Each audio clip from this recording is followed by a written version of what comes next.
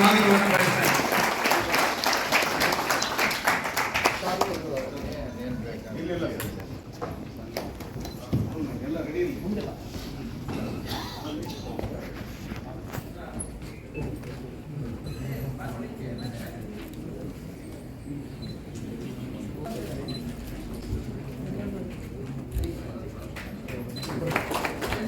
Sir ಈ ಕಡೆ sir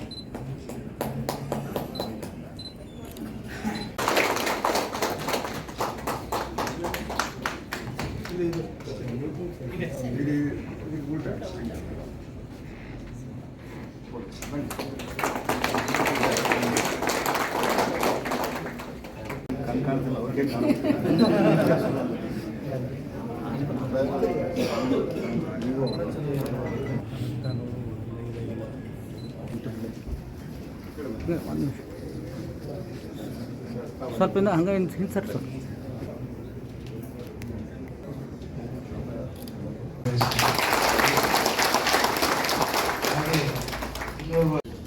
ನೋವು, ಅವಮಾನ, ಶೋಷಣೆ, ದೌರ್ಜನ್ಯಗಳ ಪೂರಕವಾಗಿ ಕೆಲಸವನ್ನ ಮಾಡಿಕೊಂಡು ಬಂದಂತ ಮುಂಡರಗಿ ನಾಗರಾಜ್ ಸರ್ ಅವರು ಇವತ್ತು ವೇದಿಕೆಯಲ್ಲಿ ಇಡೀ ಸಮಾಜ ಕಲ್ಯಾಣ ಇಲಾಖೆ ಎಲ್ಲ ಅಧಿಕಾರಿಗಳು ನನಗೆ ಕಾಲ್ ಮಾಡಿ ನನಗೆ ಒಂದು ಅಭಿನಂದನೆ ಸಲ್ಲಿಸಿದ್ದಾರೆ. ನಮ್ಮ ಮಕ್ಕಳಿಗೆ ಓದಲೇಬೇಕು ಡೌಟ್ ಇಲ್ಲ. ಆದರೂ ಕೂಡ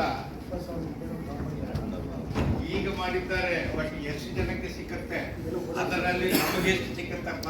ನಮ್ಗೆ ಸಿಗೋದು 15% ಅಷ್ಟೇ. ಬಹಳ 100ಕ್ಕೆ ಒಂದು 4 ಜನ ಸಿಗ್ಬೋದು. ಉಳಿದವರೆಲ್ಲ ಏನ್ ಮಾಡ್ಬೇಕು?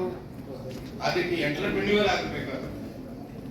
ನೀವೆಲ್ಲ ಕೂಡ ಯಾವುದೋ ಒಂದು ಚಟುವಟಿಕೆದಲ್ಲಿ ತೊಡಗಿಸಿಕೊಂಡು ಕೊಟ್ಟಿದ್ದ ಸರ್ಕಾರದಿಂದ ಏನು ಸಿಗುತ್ತೆ ಅದನ್ನೇ ಉಪಯೋಗ ಮಾಡಿಕೊಂಡು ಸ್ವಲ್ಪ ನಾವು ಓಪನ್ ಮಾಡಿದ್ದೇವೆ. ಅದರಲ್ಲಿ ಸವಲತ್ತುಗಳು ಏನಿಲ್ಲ, ನಾವು ತಯಾರಿ ಮಾಡ್ತೇವೆ.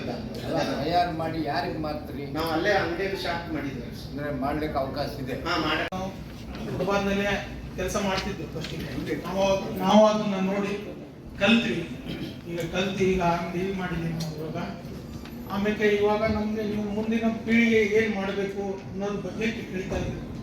ಮುಂದಿನ ಪೀಳಿಗೆ ಈ ಮೊದಲಿಗೆ 3 ವರ್ಷದ ಹಿಂದೆ ನೀವು ನಿಗಮದಿಂದ ಕುಶಲಕರ್ಮಿಗಳಿಗೆ ತರಬೇತಿ ನೀಡ್ತಿದ್ವಿ. ಈಗ ಆಲ್ರೆಡಿ ಬಂದಾಗಿದೆ. ಅದು ಯಾವ ಉದ್ದೇಶ ಬಂದಾಗಿದೆ ಗೊತ್ತಿಲ್ಲ. ಅಂತಂದ್ರೆ ನೀವು ಕೇಳೋ ಪ್ರಶ್ನೆನ ಸ್ವಲ್ಪ ಅರ್ಥ ಆಗ್ತಾ ಇಲ್ಲ. ನಮ್ಗೆ ಅರ್ಥ ಆಗಿದೆ. ಆದ್ರೆ ಎಲ್ಲರೂ ಅಂದ್ರೆ ಇನ್ನು ಈಗ ಅವ್ರ ಮಕ್ಕಳು ಸ್ಕೂಲ್ ಹೋಗ್ತಾ ಇದಾರೆ. ಇಷ್ಟು ವರ್ಷ ಪಾರಂಪರಿಕವಾಗಿ ತಮ್ಮ ವೃತ್ತಿಯನ್ನು ಮಾಡ್ಕೊಂಡ್ ಬಂದಿದ್ದಾರೆ. ಅವ್ರು ಬೇರೆ ವೃತ್ತಿ ಬಗ್ಗೆ ಗೊತ್ತೇನೇ ಇಲ್ಲ. ಬೇರೆ ಏನೋ ಮಾಡ್ಬೇಕಂದ್ರೆ ಅವ್ರು ತಿಳಿಯೋದೇ ಇಲ್ಲ. ಅದಕ್ಕೆ ನನ್ನ ವಿನಂತಿ ತಮ್ಮಲ್ಲಿ ಏನಿದೆ ಅಂದ್ರೆ, ಇದೇನ್ ನಾವು ವೃತ್ತಿ ಮಾಡ್ತಾ ಇದೀವಿ ಅದು ಅಪ್ಡೇಟ್ ಆಗ್ಬೇಕು. ಅಪ್ಡೇಟ್ ಆಗ್ಬೇಕು. ಯಾಕಂದ್ರೆ ಈಗ ನೋಡಿ, ಇಂಥ ಕಲೆ ಇದೆ ನಮ್ಮ ಹತ್ರ. ಪ್ರಾಡನಲ್ಲಿ 1,20,000ಕ್ಕೆ ಅದನ್ನ ಮಾರಾಟ ಆಗ್ತಾ ಇದೆ. ಆ ಕಲೆ ಏನಿದೆ ಅಲ್ಲ, ಅವ್ರ ಟ್ರೈನಿಂಗ್ ನಮ್ಮ ಅಜ್ನಿ ಮಧುವಾವಿ ಇಂಥ ಕರಕುಶಲ ಕರ್ಮಿಗಳಿಗೆ ಯಾವ ಬಾಟ ಊಟಲ್ಲೂ ನಮ್ಮಂತ ಕಲೆ ಸಿಗೋದಿಲ್ಲ. ಅವ್ರಿಗೆ ಅಲ್ಲಿಂದ ಟ್ರೈನಿಂಗ್ ಕೊಡಿಸ್ಬೇಕು. ಮನೆಗೆ ಒಬ್ಬರು ಅಂತ ತಯಾರಾಗಬೇಕು ಅಂತ ನಾನು ಸಭಾಧ್ಯಕ್ಷರೇ, ಏನು ಈ ನಿಗಮದ ಸಾಲ ಮತ್ತು ಸಹಾಯಧನ ಏನು ನಾವು ಯೋಜನೆಯಲ್ಲಿ ಕೊಡ್ತಾ ಇದ್ವಿ ವರ್ಷ ಪೂರ್ತಿ, ಆ ಸಂದರ್ಭದಲ್ಲಿ ಈಗ ಏನು ನೇರ ಸಾಲ ಅನ್ನೋದು ಬರ್ತದೆ. ನೇರ ಸಾಲ ಅಂತಂದಾಗ ಈಗ 1 ಲಕ್ಷ ರೂಪಾಯಿ ಕೊಡ್ತಿದೀವಿ ಅಂತಂದಾಗ 50,000 ಸಾಲ ಮತ್ತು 50,000 ಸಬ್ಸಿಡಿ ಅಂತ ಬರ್ತದೆ ಸಭಾಧ್ಯಕ್ಷರೇ. ಈ 50,000 ಈಗ ಮಿನಿಮಮ್ ಏನು CCT MSC ಅನ್ನುವಂತ ಸ್ಕೀಮ್ ಜೊತೆಗೆ ಏನು ಇಲ್ಲಿ ಬ್ಯಾಂಕರ್ಸ್ ಮತ್ತು ಇಲಾಖೆ ಅಧಿಕಾರಿಗಳ ಸಮನ್ವಯದ ಕೊರತೆ ಇರುವುದರಿಂದ ಜನರಲ್ಲಿ ಜಾಗೃತಿ ಮೂಡ್ತಾ ಇಲ್ಲ. ಬ್ಯಾಂಕರ್ಸ್ ಸಹಾಯಧನ ಮುಟ್ಟಿಸ್ತಾ ಇಲ್ಲ ಸಾಹೇಬ್ರೆ. ಸೊ ಹಾಗಾಗಿ ಈಗಂತೂ ಸ್ವಲ್ಪ 3 ವರ್ಷದ ಹಿಂದೆ ಸ್ವಲ್ಪ ಎಷ್ಟು ಅವಶ್ಯ ಇದೆಯೋ ಜಿಲ್ಲೆಯಾದ್ಯಂತ ಪ್ರಾದೇಶಿಕ ಹವಾಮಾನಕ್ಕೆ ಅನುಗುಣವಾಗಿ ತಾವು ಯೋಜನೆ ರೂಪಿಸಿ ಮ್ಯಾಕ್ಸಿಮಮ್ ಟಾರ್ಗೆಟ್ ಕೊಡ್ತಾ ಇದ್ವಿ. ಇವಾಗ ನೋಡಿದ್ರೆ ಕಡಿಮೆ ಬರ್ತಾ ಇದೆ. ಅದರಲ್ಲಿಯೂ ಸಹಿತ ಒಬ್ಬ ಫಲಾನುಭವಿ ನೈಜ ಮತ್ತು ಅರ್ಹ ಫಲಾನುಭವಿ ಅರ್ಜಿ ಹಾಕ್ತಾನೆ, 1 ಲಕ್ಷ ಮಂಜೂರಾತಿನೂ ಕೂಡ ಆಗುತ್ತೆ. ಬ್ಯಾಂಕಿಗೆ ಹೋದಾಗ ಸಿಬಿಲ್ ಕಾರಣ ಹೇಳಿ ಕ್ಲೋಸ್ ಮಾಡುವಂಥದ್ದು. ಆಮೇಲೆ ಇಲ್ಲಿಯವರೆಗೆ ನೀವು ಯಾವುದೇ ರೀತಿ ವ್ಯವಹಾರ ಮಾಡಿಲ್ಲ ಅಂದ್ರೆ ಬ್ಯಾಂಕ್ ಅಕೌಂಟ್ ಮಾತ್ರ ಇದೆ, ಫಾರ್ ಎಕ್ಸಾಂಪಲ್ ಗ್ರಾಮಾಂತರ ಪ್ರದೇಶದಲ್ಲಿ ಹಂಗೆ ಇರ್ತದೆ ಸಾಹೇಬ್ರೆ. ಸೊ ಈಗ ಅವರು ತಂದೆ ಅಜ್ಜನ ಕಾಲದಿಂದಲೂ ಕೆಲಸ ಮಾಡ್ತಾ ಬಂದಿದ್ದಾರೆ. ಅವರ ಆರ್ಥಿಕ ಪರಿಸ್ಥಿತಿ ಉತ್ತಮ ಮಟ್ಟಕ್ಕೆ ಹೋಗಕ್ಕೆ ಆಗಿಲ್ಲ. ಕಾರಣ ಈಗಿರ್ತಕ್ಕಂಥ ಟೆಕ್ನಾಲಜಿಗಳ ಮೂಲಕ, ಈಗ ಅಧಿಕಾರಿಗಳ ಸಮನ್ವಯದ ಮೂಲಕ ಈಗ ನಮ್ಮಲ್ಲಿ ಉದ್ರೇಸ್ತಾ ಇದ್ದಾರೆ. ಗ್ರಾಮ ಮಟ್ಟಕ್ಕೂ ಕೂಡ ಕೋಆರ್ಡಿನೇಟರ್ ಅಂತಂದ್ರೆ ಏನು ಸರ್ಕಾರದ ಪರವಾಗಿ ಅಲ್ಲದೆ ನಮ್ಮಂತವ್ರ ಮೂಲಕ ಯೋಜನೆ ಮುಗಿಸುವಂತದ್ದು, ಅವ್ರಿಗೆ ಜಾಗೃತಿ ಮೂಡಿಸುವಂತ ಕೆಲಸವನ್ನ ಮಾಡ್ತಿದ್ದಾರೆ. ಹಾಗಾಗಿ ಅವ್ರಿಗೆ ಅಭಿನಂದನೆಗಳು. ಈ ವಿಷಯ ಯಾಕೆ ಈಗ ಮಂಡನೆ ಮಾಡ್ತಾ ಇದೀನಿ ಅಂತಂದ್ರೆ, ಈಗ ಬ್ಯಾಂಕರ್ಸ್ಗೆ 1,40,000 ಕೊಡ್ಲಿಕ್ಕೆ ಆದ್ಯತೆ ಇದೆ ಸಾಹೇಬ್ರೆ. ಆದ್ರೆ ಏನು ನಮ್ಮಲ್ಲಿ ಇರ್ತಕ್ಕಂಥ ಪ್ರತಿಯೊಬ್ಬರು ರೀಚ್ ಆಗೋಕ್ ಆಗೋದಿಲ್ಲ. ಬ್ಯಾಂಕಿಗೆ ಸಾಲಕ್ಕೆ ಹೋಗ್ತಾರೆ. ಆ ಸಂದರ್ಭದಲ್ಲಿ ಆ 50,000 ನಮ್ ಸಬ್ಸಿಡಿನಾದ್ರು ನಮ್ಗೆ ಕೊಟ್ರೆ ಅಟ್ಲೀಸ್ಟ್ ಅವ್ನಿಗೆ ಏನು ಸಣ್ಣ ತಗೊಳ್ತಾನೆ, ಇಂತಿಷ್ಟು ಅಂತ ಮ್ಯಾನುಫ್ಯಾಕ್ಚರಿಂಗ್ ಮಾಡಿ ಮಾಡ್ಕೊಳ್ಬಹುದು. ಬ್ಯಾಂಕಲ್ಲಿ ಪಾರ್ಟ್ ಏನಾಗ್ತಾ ಇದೆ, ಸಿಬಿಲ್ ಅನ್ನುವಂಥದ್ದು ಜೊತೆಗೆ ನೀನು ಇವಾಗ ಕೊಡಿ. ಈಗ 1 ಲಕ್ಷ ನೇರ ಸಾಲದಲ್ಲಿ ಆಯಾ ನಿಗಮಗಳು ಸಬ್ಸಿಡಿ ಮತ್ತು ಸಾಲ ಎರಡು ಅವರೇ ಕೊಡ್ತಾರೆ. ನಾವು ಬ್ಯಾಂಕುಗಳು ನಿಮಗೆ ಲೋನ್. ದಯವಿಟ್ಟು ನಮಗೊಬ್ಬರ ರುದ್ರೇಶ್ ಸರ್ ನನಗೆ ಅನ್ನ ಹಾಕಿ ಇಷ್ಟು ಇಲ್ಲಿ ನಿಗಮ ದಾರಿ ಕೊಟ್ಟಿದ್ದಾರೆ. ಬಳಿ ಇಲ್ಲಿಂದ ಏನೈತೆ ಈ ನಿಗಮದಿಂದ ನನಗೆ ಭಾಳ ನನಗೆ ಎಲ್ಲ ತುಂಬ ಹೃದಯದಿಂದ ನಾನು ಹೇಳ್ತಿದ್ದೇನೆ. ನನಗೆ ಮಾತಾಡೋದು ಅವಕಾಶ ಕೊಟ್ಟಂತಂದ್ರೆ ನಮ್ಮ ಸಾಹೇಬ್ರದ್ದು ನಾವು ಉಳಿತಾ ಇದ್ದೀವಿ. ನಮ್ಗೆ ಇದ್ರಲ್ಲಿ ಹೆಮ್ಮೆ. ನಾನು ಚರ್ಮೋದ್ಯಮದಾರ, ನಾನೊಬ್ಬ SC ಹೇಳಿದ್ರು. ಹಲವಾರು ವಿಚಾರಗಳನ್ನೆಲ್ಲ ತಿಳಿಸಿದ್ರು. ನಮ್ಮ ಪಾರಂಪರಿಕ ವೃತ್ತಿಗೆ ಬಂದು ಅದು ಚರ್ಮೋದ್ಯಮ ಮಾಡ್ತಂದು ಎಲ್ಲ ವಿಚಾರನ ಹೇಳಿದ್ರು. ನಮ್ದು ಒಂದೇ ಒಂದು ಏನಂತಂದ್ರೆ ಗೌರವಿಸ್ತೇವೆ. ನಮ್ಮ ವೃತ್ತಿ ನಾವು ಯಾವಾಗಲೂ ಗೌರವಿಸಿ ನಾವು ಮುಂದೆ ಇದು ಜೀವನ ಮಾಡ್ಕೊಂಡು ಹೋಗ್ತೀವಿ. ಈಗ ಕೆಲವೊಂದಿಷ್ಟು ಸಾಕ್ಸ್ ಗೌರ್ಮೆಂಟ್ ಟೆಂಡರ್ಗಳಾಗುತ್ತೆ. ಅಲ್ಲೆಲ್ಲ ಗೌರ್ಮೆಂಟ್ ಟೆಂಡರ್ಗಳು ಏನಾಗುತ್ತವ ಅಂತ ಅಂದ್ರೆ ದುಡ್ಡಿದ್ದವ್ರಿಗೆ ಮಾತ್ರ ಆಗ್ತದೆ. ನಾವು ಮೂಲ ವೃತ್ತಿ ಮಾಡೋರಿಗೆ ನಮ್ಗೆ ಯಾಕೆ ಆಗಂಗಲ್ಲ ಅವು? ಇದು ಕ್ವಶನ್ ನಿಮ್ ಸಮಾಜ, ಯಾಕಂದ್ರೆ ಈ ಸಮಾಜ ಕ್ವಶನ್ ಕೇಳ್ತಾರೆ. ನಾನು ವೋಟ್ ಮಾಡ್ತೀವಿ. ಇದು ಒಂದು ಏನೈತಲ್ಲ, ಇದು ಮೂಲ ವೃತ್ತಿ ಯಾರು ಮಾಡ್ತಾರಲ್ಲ ಅವರಿಗೆ ಇದು ಟೆಂಡರ್ ಆಗ್ಬೇಕನ್ನೋದು ನನ್ನ ಒಂದು ಆಶಯ. ಬಿಟ್ರೆ ಇನ್ನು ವಿಚಾರ ಹೇಳ್ಬೇಕಂದ್ರೆ ಈಗ ಶೋರೂಮ್ ಅವ್ರ ಮ್ಯಾನುಫ್ಯಾಕ್ಚರರ್ ಪ್ರಾಡಾ ಇರಲಿ, ಎಲ್ ವಿ ಇರಲಿ, ಎಲ್ವಿಗೂ ಹೋಗಿದ್ದೀನಿ ವಿಜಯಮಲಯ ಇದರಲ್ಲಿ ಬಿಲ್ಡಿಂಗ್ ಅಲ್ಲಿ. ಅಲ್ಲಿ 1.5 ಲಕ್ಷ 2 ಲಕ್ಷ ಶೂಸ್ ಇದೆ. ಮಾಮೂಲಿ ಕೀ ಚೈನ್ 38,000. ಸೊ ಸಾಹೇಬ್ರ ಹೇಳಿರೋ ತರ ಅವ್ರದ್ದು ಏನ್ ಟೆಕ್ನಾಲಜಿ ಇದೆ ಅಡಾಪ್ಟ್ ಮಾಡಿ ನಮ್ದು ಲಿಟರ್ ನಡ್ಕೊಂಡು ನಾವು ಕೊಲ್ಲಾಪುರ ಚಪ್ಪಲ ಮಾಡ್ಕೊಂಡು ಬಂದಿದ್ದೀವಿ. ಇದು ಈಗಾದ್ರೂ ನನ್ನ ಮಕ್ಕಳು 3 ಜನ ಹುಡುಗರು ಅದಾವೆ. 3 ಮಂದಿ ಕೊಲ್ಲಾಪುರಿ ಚಪ್ಪಲ ತಯಾರು ಮಾಡ್ತೀವಿ ನಾವು. ಆದ್ರೆ ಮಾರ್ಕೆಟ್ದಾಗ ನಮಗೆ ಕಾಂಪಿಟೇಷನ್ ಮಾಡ್ಲಿಕ್ಕೆ ಯಾಕೆ ಸಾಧ್ಯ ಆಗ್ಬೇಕ್ರಿ? ತಗೊಲಿನ ರೇಟ್ ಹೈಯೆಸ್ಟ್ ಐತ್ರಿ. ಮತ್ತು ಆಮೇಲೆ ಗೌರ್ಮೆಂಟ್ ಟ್ಯಾಕ್ಸ್ ತಗೊಲಿನ ಮ್ಯಾಗೂ ಟ್ಯಾಕ್ಸ್ ಕೊಡ್ಬೇಕ್ರಿ. ನಾವು ಚಪ್ಪಲ್ ಮಾಡಿ ಮಾರ್ಕೆಟ್ದಾಗ ಕೊಟ್ರು ಟ್ಯಾಕ್ಸ್ ಕೊಡ್ಬೇಕ್ರಿ. ಅದು ಒಂದು ಬೆಲೆ ಹೆಚ್ಚಾಗ್ಲತ್ತೈತ್ರಿ. ರಬ್ಬಲ್ದವ್ರದ್ದು ರಬ್ಬಲ್ ರೇಟ್ ಕಮ್ಮಿ ಐತ್ರಿ. ಅವ್ರು ಕೂಡ ಕಾಂಪಿಟೇಷನ್ ಮಾಡ್ಲಿಕ್ಕೆ ನಮಗೆ ಸಾಧ್ಯ ಆಗ್ಬೇಕ್ರಿ.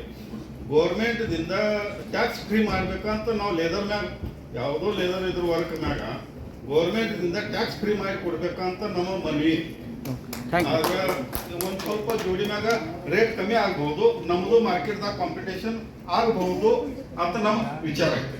ಈಗ ಚರ್ಮೋದ್ಯಮ ಇಂಡಸ್ಟ್ರಿ ಆಗಿರೋದ್ರಿಂದ ಅದಕ್ಕೆ ಟ್ಯಾಕ್ಸ್ ಅನ್ನ ಕಡ್ಡಾಯವಾಗಿ ಸರ್ಕಾರ ಹಾಕ್ಲೇಬೇಕಾಗುತ್ತೆ. ಯಾವ ಜೋಡಿ ರೇಟ್ ಕಮ್ಮಿ ಇರ್ತದೆ ಅದೆಲ್ಲ ಹೆಚ್ಚು ಮಾಡ್ತಾರೆ. ಈಗ ನಮ್ಮ ಲೆದರ್ ಚಪ್ಪಲಿಗಳು ಶೆಲ್ ಕಮ್ಮಿ ಮಾಡ್ತಾರೆ. GST ಬಗ್ಗೆ ತಾವು ಮಾತಾಡ್ತೀರಿ, ಅದು ಪಾಲಿಸಿ ಮ್ಯಾಟರ್ ಇದೆ ಸಾಹೇಬರು. ಮನೆ ಕೆಲಸಗಳು ನಡೀತಾ ಇಲ್ಲ. ಹಾಗಾಗಿ ಎಲ್ಲ ಮನೆಗಳು ಇವತ್ತು ಪಾಳ್ ಬೀಳ್ತಾ ಇದೆ. ನೀವು ಅದನ್ನ ಕಟ್ಟಿಸಿ ಈ ಕುಶಲಕರ್ಮಿಗಳಿಗೆ ಹಂಚೋದು ಯಾವಾಗ? ಇದು ಸಾಹೇಬರು ಇದ್ದಂತ ಸಂದರ್ಭದಲ್ಲೇ ಗುದ್ಲಿ ಪೂಜೆ ಆಗಿ ಇವತ್ತು ಅರ್ಧಂಬರ್ಧಂ ಕೆಲಸ ಆಗಿ ಇವತ್ತು ಅದೆಲ್ಲ ಪೆಂಡಿಂಗ್ ಆಗಿದೆ. ದಯವಿಟ್ಟು ಇವತ್ತು ಅದೆಲ್ಲ ಪಾಳಾಗಿರೋದ್ರಿಂದ ಇದಕ್ಕೂ ಎಕ್ಸೆಸ್ ನೀವು ಈಗ ಏನು ಪೊಲೀಸ್ ಇಲಾಖೆದವರು ಪಶುವನ್ನು ಧರಿಸ್ತಾರೆ. ಈಗ ಏನಾದ್ರೂ ನಮ್ಮ ಕುಶಲಕರ್ಮಿಗಳಿಗೆ ಒಂದು ಒಳ್ಳೇದು ಆಗಬೇಕು, ಒಂದು ಏನಾದ್ರೂ ಅಭಿವೃದ್ಧಿ ಆಗ್ಬೇಕಾದ್ರೆ ಈ ಶಾಲಾ ಮಕ್ಕಳು ಮತ್ತು ಪೊಲೀಸ್ ಇಲಾಖೆ ಬೂಟು ಮತ್ತು 2 ಇಲಾಖೆದವ್ರ ಬೂಟು ಅಲ್ಲಿ ಆಯಾ ಜಿಲ್ಲಾಕ್ಕೆ ತಾವು DC-ಗಳಿಗೆ ಆದೇಶ ಮಾಡಿದ್ರೆ ಒಂದು ಸ್ವಲ್ಪ ನಮ್ಮ ಅಣ್ತಮ್ಮರಿಗೆಲ್ಲ ಒಳ್ಳೆ ಲಾಭ ಆಕೈತಿ. ಮತ್ತು ಅವರ ಈಗ ನೀವು ಒಂದು 5 ವರ್ಷದಾಗ ಒಂದು ಗುರಿ ಮುಟ್ತೀರ ಅಂತ ಹೇಳಿದಿರಿ. ಆ ಥರ ಒಂದು ಒಳ್ಳೆ ಗುರಿ ಮುಟ್ಟಿ ಒಳ್ಳೆ ಒಂದು ಅಭಿವೃದ್ಧಿ ಆಗಿ ಈ ಒಂದು ವಿಚಾರವನ್ನ ತಾವು ಈ ವಿಚಾರವನ್ನು ತಾವು ತೆಗೆದುಕೊಂಡು ಒಂದು ಇದನ್ನ ಸಕ್ಸಸ್ ಮಾಡಿದ್ದಾರೆ. ಎಲ್ಲರೂ ಕೂಡ ಒಂದು ಒಳ್ಳೆಯ ಗುರಿಯನ್ನು ಮುಟ್ತಾರೆ ಮತ್ತು ಅಭಿವೃದ್ಧಿ ಆಗ್ತಾರೆ ಸರ್ ಅಂತ ನನ್ನ ಒಂದು ವಿನಂತಿ. ಅವರು 1 ವರ್ಷ ಆಯ್ತು ತೀರ್ಕೊಂಡು. ನಾನು ತರಬೇತಿ ಪಡ್ಕೊಂಡಿಲ್ಲ, ನಮ್ಮ ಮನೆ ಹತ್ರ ನಾನು ಕಲಿತೆ. ಅದು ಪ್ಯಾಟರ್ನ್ ಹಾಕೋದು ಎಲ್ಲ ಇದು ಮಾಡಿ ಎಲ್ಲ ನಾನು ಶೂ ಎಲ್ಲ ಕಲಿತೆ. ಮತ್ತೆ ನಮ್ಮ ಮನೆಯವರು ನಾನು ಕೇಳಿದೆ. ಆ ಒಂದು ವಾರಕ್ಕೇನೆ ಇದು ಟ್ರೈನಿಂಗ್ ಕೊಟ್ಟರು ಕಿಲ್ಟಲ್ಲಿ. ಮಂಜುನಾಥ್ ಸರ್ ಅಂತ DC ವೈದ್ಯರು. ನೋಡಪ್ಪ ಕಿಲ್ಟಲ್ ಟ್ರೈನಿಂಗ್ ಇದೆ, ಕಳಿಸ್ತೀಯನಮ್ಮ ಅಂದ್ರು. ಹೇಳಿದೆ ನನ್ನ ಮಗನಿಗೆ, ಹೋಗ್ತೀನಿ ಅಂದ್ರು. ಕಲಿತರು. ಅಲ್ಲಿ ಯಾವುದು ತರ ಕೊಟ್ಟರು, ಬೆಲ್ಟು, ಬ್ಯಾಗು, ಆಮೇಲೆ ಪರ್ಸ್ ಕೊಟ್ಟಿದ್ದಾರೆ. ನನ್ನ ಮಗ ನಾನು ಜರ್ಕಿನೂ ಮಾಡ್ತೀನಮ್ಮ, ಬ್ಲೌಸು ಮಾಡ್ತೀನಿ. ಹಿರಿಯ ಸಹೋದರರಿದ್ದೇನೆ ಮತ್ತು ನಿಮ್ಗೆಲ್ರಿಗೂ ಇಷ್ಟ ಆಯ್ತು ಅಂತ ಕಾಣುತ್ತೆ. ಅವ್ರಿಗೆ ಇಷ್ಟ ಆಯ್ತು ಅನ್ನೋ ಗೊತ್ತಿಲ್ಲ ನಟರಾಜವ್ರಿಗೆ. ನಿಮ್ಗೆಲ್ರಿಗೂ ಇಷ್ಟ ಆಯ್ತು ಅದು ಬಂದಿದೆ. ಖುಷಿ ಕಾಣುತ್ತೆ. ಬಹುಶಃ ಈ ಸಭೆನ ಅವ್ರ ಅಭಿನಂದನೆ ಸಲ್ಲಿಸಕ್ಕೆ ಎಲ್ರಿಗೂ ಮಾತಾಡಿದ್ರೆ ಬಹುಶಃ ಎಲ್ಲ ಮಾತಾಡ್ತಿದ್ರೆ ಕಾಣಿಸ್ತದೆ. ಏನೇ ದಯಮಾಡಿ ಒಂದು ಸಂತೋಷ ಸುದ್ದಿ. ಈ ಸಭೆಯಲ್ಲಿ, ಈ ಅರ್ಥಪೂರ್ಣ ಸಭೆಯಲ್ಲಿ ವೇದಿಕೆ ಮೇಲಿರ್ತಕ್ಕಂಥ ಎಲ್ಲ ಅಧಿಕಾರಿ ಸ್ನೇಹಿತರೆ, ಅಣ್ಣ ತಮ್ಮಂದಿರೆ, ಅಕ್ಕ ತಂಗಿಯರೇ, ಮುಗಿದೋಗ್ತಾ ಇದೆ. ಬಗ್ಗೆ ಎಚ್ಚರಿಕೆ ವಹಿಸಬೇಕು ಅಧಿಕಾರಿಗಳು ಅಂತ ಒಂದು ಮಾತು ನಾನು ಕೇಳಿಬಿಟ್ಟಿದೆ. ನಾನು ಯಾರನ್ನು ಹೆಸರಿಡದೆ ಹೇಳ್ತಾ ಇಲ್ಲ. ಅನೇಕ ಕಡೆ ನೀವು ನಿಗಮಕ್ಕೆ ಬರ್ತಕ್ಕಂಥ ಅಲ್ಪ ಸ್ವಲ್ಪ ಆದಾಯ ಏನಿದೆ ಅದು ಸೋರಿಕೆ ಆಗ್ಬಾರ್ದು. ಕೆಲವು ಕಡೆಯಿಂದ ಕೆಲವು ಜಾಗಗಳಿಂದ ದುರುಪಯೋಗ ಆಗ್ತಾ ಇದೆ ಅಂತಲೂ ಕೂಡ ನನಗೆ ಬಂದಿದೆ. ಅದನ್ನ ನೀವು ಎಚ್ಚರಿಕೆಯಿಂದ ಕಾವಲುದಾರರಾದ ನೀವೆಲ್ಲರೂ ಕೂಡ ಅದರ ಕಡೆ ಹೆಚ್ಚಿಗೆ ಗಮನ ಹರಿಸಿ ಯಾವುದೇ ತರದ ಸೋರಿಕೆ ಆಗಬಾರ್ದು. ನಾವಿನ್ನೂ ಬೆಳೆದಿಲ್ಲ. ನಮ್ಮ ಈ ಕುಶಲ ಕರ್ಮಿಗಳು ಏನಿದ್ದೀರಿ ಇವು ಯಾರು ಬೆಳೆದಿಲ್ಲ ಇನ್ನ. ಜನ ಸಮುದಾಯದ ಬಗ್ಗೆ ಒಳಸ್ಪರ್ಶಿಯ ಅಧ್ಯಯನವನ್ನ ಮಾಡುವಂತ ಒಂದು ಬೇರು ಅನುಭವಸ್ಥರು ಅವರು ಈ ಸಂವಾದವನ್ನು ಕುರಿತು ಈಗಿನ ವ್ಯವಸ್ಥಾಪಕ ನಿರ್ದೇಶಕರಾಗಿರ್ತಕ್ಕಂಥ ನಟರಾಜ್ ಅವರಿಗೆ ನನ್ನ ಮನಸ್ಸಿನಿಂದ ಹೃದಯಪೂರ್ವಕವಾಗಿ ಧನ್ಯವಾದಗಳು. ಯಾಕೆಂತಂದ್ರೆ ಎಲ್ಲ ಅಧಿಕಾರಿಗಳಿದ್ದಾರೆ, ನಮ್ಮ ಇಲಾಖೆ ಇಲ್ಲಿದೆ, ಇಡೀ ರಾಜ್ಯದಿಂದ ತಾವುಗಳೆಲ್ಲ ಬಂದಿರಿ. ಆ ಕಾರಣಕ್ಕೋಸ್ಕರ ನಾನು ಸ್ವಲ್ಪ ಭಾವನಾತ್ಮಕವಾಗಿ ಮನಸ್ಸಿನ ಮಾತುಗಳನ್ನು ತಮ್ಮ ಮುಂದೆ ಹಂಚ್ಕೊಳ್ಬೇಕು ಅಂತ ಕರೆಕ್ಟಾಗಿ ಅಥೆಂಟಿಕ್ ಆಗಿ ಮಾತಾಡಿ, ಅಂದ್ರೆ ಯಾವುದು ಆಗುತ್ತೆ ಯಾವುದು ಆಗೋದಿಲ್ಲ ಅಂತಕ್ಕಂಥ ವಿಚಾರಗಳನ್ನು ಮತ್ತು ಸರ್ಕಾರಕ್ಕೆ ತಮ್ಮ ಅಮೂಲ್ಯವಾಗಿರ್ತಕ್ಕಂಥ ಆ ವೃತ್ತಿಯನ್ನ ಬಿಟ್ಟು ಈ ಓದುವಂತ ಹುಡುಗರು ಇರ್ತಾರೆ, ತುಂಬಾ ಪ್ರತಿಭಾವಂತರು ಇರ್ತಾರೆ. ಅವರು ಓದೋದಕ್ಕೆ ಹೋಗ್ಲಿ, ಕೈಗಾರಿಕೆಗೆ ಹೋಗ್ಲಿ, ಬೇರೆ ಬೇರೆ ಕ್ಷೇತ್ರಕ್ಕೆ ಹೋಗ್ಲಿ, ಓದಕ್ಕಾಗಲ್ವಾ ಅಂತವ್ರು ಈ ವೃತ್ತಿಯನ್ನ ಮುಂದುವರಿಸ್ಲಿ.